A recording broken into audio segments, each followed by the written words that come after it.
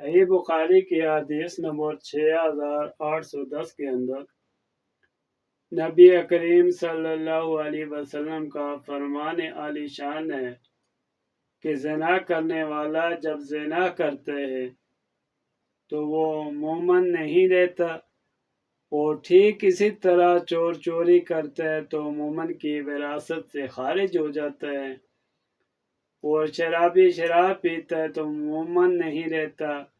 پھر ان سب کے لیے جو رمضان کا مہینہ آیا تھا وہ چلا گیا، اس لیے جنم کے دروازے جو بند تھے کھل چکے ہیں۔ اس لیے میرا پیغام ہے کہ ہے نوجوان غور کر۔ اس پر میں ایک واقعہ آپ کی نظر کرتا ہوں۔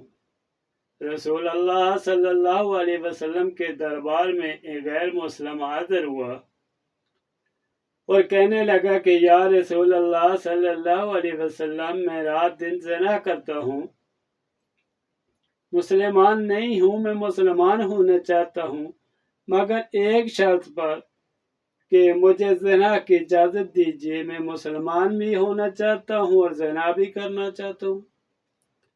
رسول اللہ صلی اللہ علیہ وسلم نے فرمایا کہ ایک شرط پر میں تمہیں اجازت دوں گا، پہلے تم مسلمان ہو جا، کلمہ پڑھ لے۔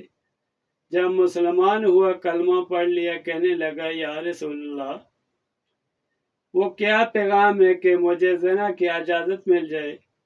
رسول اللہ صلی اللہ علیہ وسلم فرمانے لگے کہ 4 لوگوں سے زنا نہیں کرنا ہے، اس کے علاوہ جس سے چاہے زنا کر لے۔ کہنے لگا کہ یا رسول اللہ صلی اللہ علیہ وسلم، وہ 4 لوگ کون ہیں؟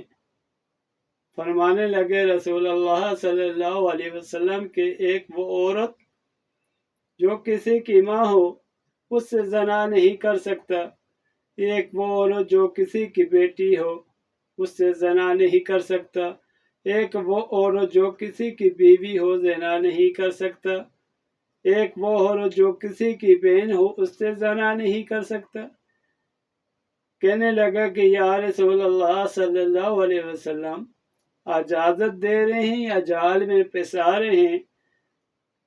تو اس نے اللہ کے رسول سے پوچھا کہ پیچھے تو کوئی عورت ہے ہی نہیں بچتی۔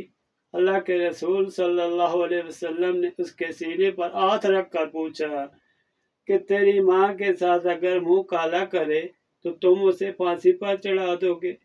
تیری بیٹی کے ساتھ کوئی منہ کالا کرے تو اس کا قیمہ بنا دو گے؟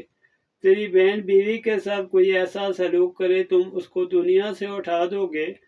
مگر جوان، یاد رکھ، جس عورت کے ساتھ منہ کالا کر رہا ہے وہ بھی کسی کی ماں، بہن، بیٹی اور بیوی ہے۔